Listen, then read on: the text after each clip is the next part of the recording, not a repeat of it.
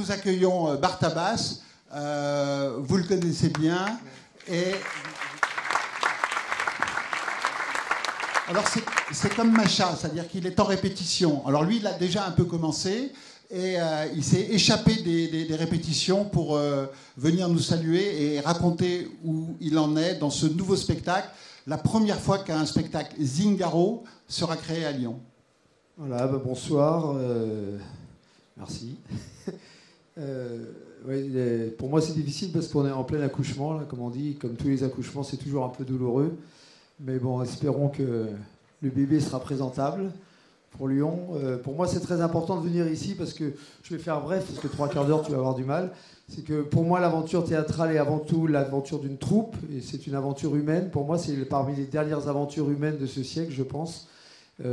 Donc je n'existe que par rapport à une relation sur une vie avec le public, pas sur un spectacle ou une création. Ce qui m'intéresse, c'est la relation sur une vie. Donc j'aime bien retourner sur les lieux du crime et cultiver un rapport avec le public. Maintenant, on est presque sur 3 générations. C'est-à-dire qu'il y a des gens qui sont venus enfants voir Zingaro, leurs parents les ont amenés voir Zingaro et maintenant ils amènent leurs propres enfants. Donc ça, pour moi, c'est quelque chose de très important. C'est quelque chose qu'on essaie de cultiver depuis maintenant des années en essayant de donner des points de rendez-vous dans le monde entier. C'est difficile parce que Zingaro est une lourde machine qui se déplace seulement pour minimum 1 mois, voire plus.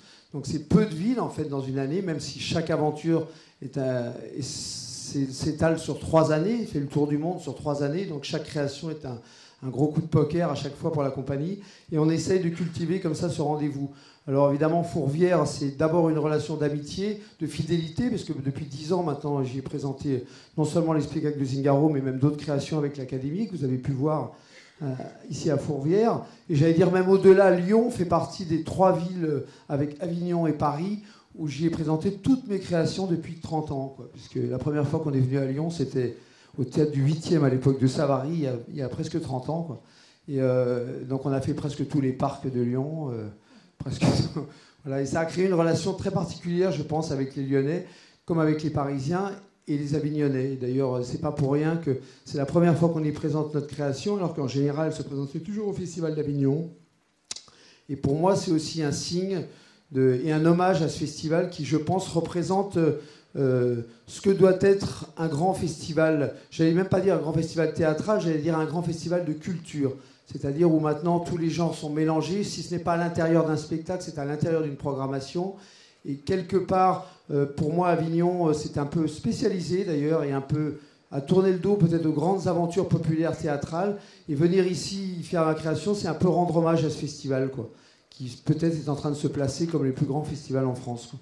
Voilà, et c'est tout ce que j'avais à vous dire. Le titre du spectacle s'appelle « On achève bien les anges ».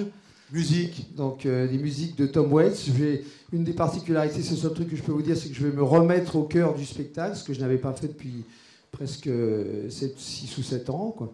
Et donc voilà, en compagnie de Tom Waits, enfin de sa musique en tout cas.